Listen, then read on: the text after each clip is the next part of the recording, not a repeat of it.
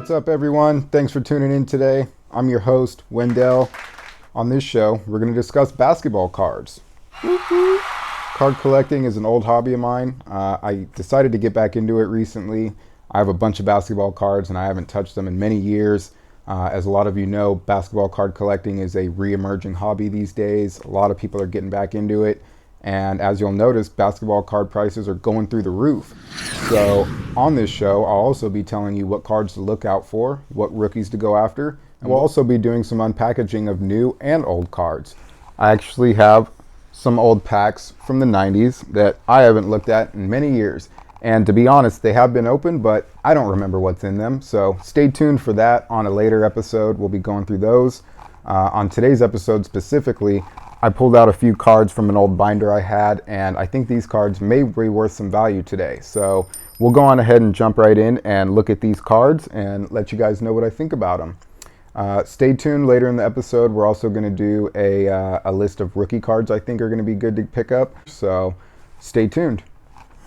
Right, so the first card we're going to get right into today is a Fly 2 Kobe Bryant Victory card. Now, this card was in my binder, and I just so happened to come across it and got really surprised. Any Kobe Bryant cards these days are worth quite a bit of money, RIP Kobe. And for that reason, I thought I'd pull this card out, show it to you guys. I currently do not believe it is worth a lot on eBay right now, but I will be dropping prices in the video, so keep a lookout for that. Show you guys the back there. And I believe this card is from 2000, so just about 4 years after his rookie season. So for that reason, I thought I'd pull this card out. And all right, so the next card I thought I'd show you guys is a Shaq rookie card when he was at LSU. This card is from 1992. It is a draft pick card. Thought it was pretty cool. Just randomly happened to have a Shaq rookie card in my collection. So thought I'd pull that out and highlight this one. I'd recently see it selling for pretty cheap, maybe like $2 or so. Who knows if this card will go up in value. As you all know, Shaq is a well-established player. He's retired. He's kind of made his name in the game. So I don't see this card going up a ton in value unless something drastic happens. All right, next card up on the list is a Sam Vincent card. And a lot of you are probably thinking, who's Sam Vincent and why do I care about him? But that's not what's important. If you take a look here, you got Michael Jordan in the picture. And what do you know? He's actually wearing a number 12 jersey, which is highly unusual.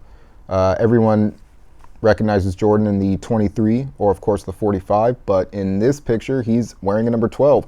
Making this card a bit rare, and there's a little story behind that. So this game, Michael Jordan actually got his jersey stolen and had to go back to wearing a number 12 jersey. I'm not sure whose that is, but for this reason, I think this card is kind of rare, kind of cool, and has a unique story behind it. So, all right, so the next cool card I found in my binder was a Skybox 1990 Larry Bird card. It appears to be in great condition. The corners aren't worn or anything like that, so I got kind of excited when I seen this card. As you all may or may not know, Larry Bird was a great shooter back in the 80s and in the early 90s there, one of Michael Jordan's rivals, as well as Magic Johnson. Well-known player in the sports card collecting world, so thought this would be a cool card to highlight. Next up, we have a Fleer 1986 Kareem Abdul-Jabbar Lakers card. Pretty cool there. Caught him doing the hook shot, which is one of the moves he was better known for. Kareem Abdul-Jabbar was known for winning MVP, I believe, 6 times or so. It may be the record, but he's up there. I believe he's also in the Hall of Fame. So for that reason, I thought this card was interesting and may hold some good value. As you may notice, it's a bit off-centered, but again, I think I got this card when I was about 10, 11 years old for probably $3. Again, we'll drop the prices in the video to see how this is done over the years. All right, similar to the Kareem Abdul-Jabbar, we have a 1986 Fleer, but this time it's Julius Erving, Dr. J.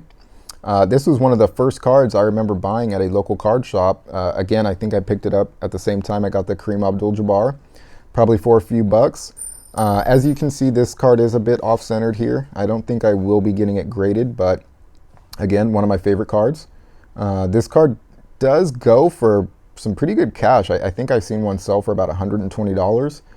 That was a graded card in a, I think it was a 10. So, neat card. Got it. All right, folks, so that does wrap up our first segment of the show. I hope you enjoyed those cards I pulled out from my binder. We will see if they are worth anything. Again, I will be dropping those prices in the video. You may have the same cards, so this may be a good video for you to stay tuned for those prices. As mentioned, I wanted to discuss a few rookie cards as well to look out for that may be going up in value. So the first card on that list is going to be a Luka Doncic. A lot of you may have guessed that already. His card has been going up like crazy. I've seen some of the specific cards go for anywhere between $7,000 and I think I even seen one go for $20,000, probably more. Too valuable, but if you can get a numbered Luka for pretty cheap, get it, hang on to it. It's only going to go up in value. The second card on the list is going to be a Trae Young. I was actually able to pick up a Trae Young on eBay recently, so stay tuned for that. In another episode, we will review that card, why I picked it up, and why I think it's going to go up in value. Really quickly, Trae Young is a new emerging player on the scene, scoring a lot of points for the Atlanta Hawks. Definitely a player to keep an eye on. The next player on that list is going to be Joel Embiid. As you know, they got really far in the playoffs last year. He's on the 76ers. He's just a great overall player. I even think he has the potential to win MVP this year. So we'll see how all that plays out through the season. All right, everyone. So that just about wraps our first episode. I want to thank all my viewers for tuning in today. I greatly appreciate it. Please drop a like, subscribe, comment. We'll see you next time.